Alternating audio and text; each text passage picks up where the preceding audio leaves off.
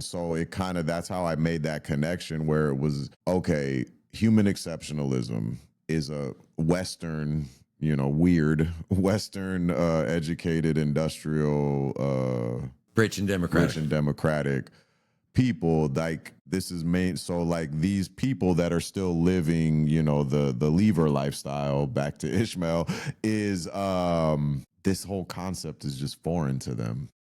The hierarchy, they go hunt to eat, and they're not factory farming. They're not having a whole bunch of chickens and just all in cages. They're going out. They're well, they have their life, right. But the salient point is that when we mentioned it when we were talking about it last week, when the measurement stick is human, everyone else is going to come up short. Right. Well, when the measuring stick is Western technological society, then every other society is going to come up short. But honestly, now I said it gave me a little bit of hope in spite of everything that's going on. Yeah. That maybe, if people can hear that, right, just a little bit to say, you know what? Maybe we're not all that. Maybe we are part of something bigger that's all interrelated.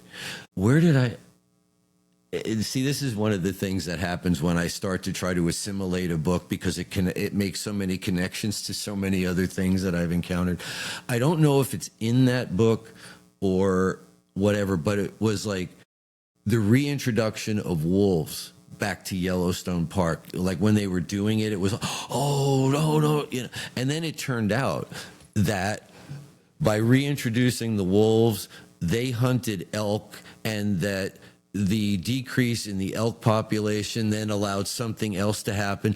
And just that one thing, the reintroduction of wolves to Yellowstone, and the park transformed and is alive and thriving. Right.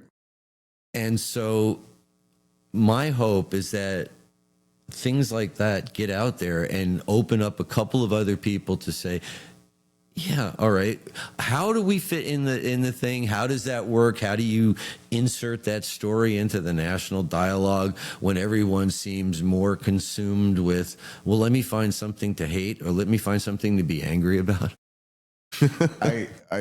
That's another thing that, and I get caught up in it too. You get caught up in the news cycle, and it's just this like one small incident, and you find yourself getting upset about it. And then books like this, it kind of like helps me kind of zoom out, I guess, in a way where it's like, yeah, I mean, is that situation a bad situation? Yeah, whatever came up on your TikTok feed or whatever. Undesirable, or maybe the outcome wasn't great. But in the grand, ultimately, depending on what the situation is, it's probably rooted in this, somewhere, in human exceptionalism. And geez, I had one of those like things. Yeah, the thought's almost formed and then it runs away. Yeah. But yeah, ultimately it's like all of these things, and it's like I guess I kind of caught it, the zooming out part. It's like, is this really important? Like, and if I zoom out even further, like I've had these thoughts where it's like, this country's at war with this country, pick whichever side you want to pick. There's a ton of them going on right now. But ultimately, like if you zoom out even further, like we're just on this ball of dirt, or however simple you want to call it. We're just on this ball of dust in the middle of this vast universe that's like so large. Can I let my deadhead come out? Sure. Picture a bright blue ball just spinning free, dizzy with possibilities. And any deadhead knows where that comes from. Yeah. And we're all fighting over what?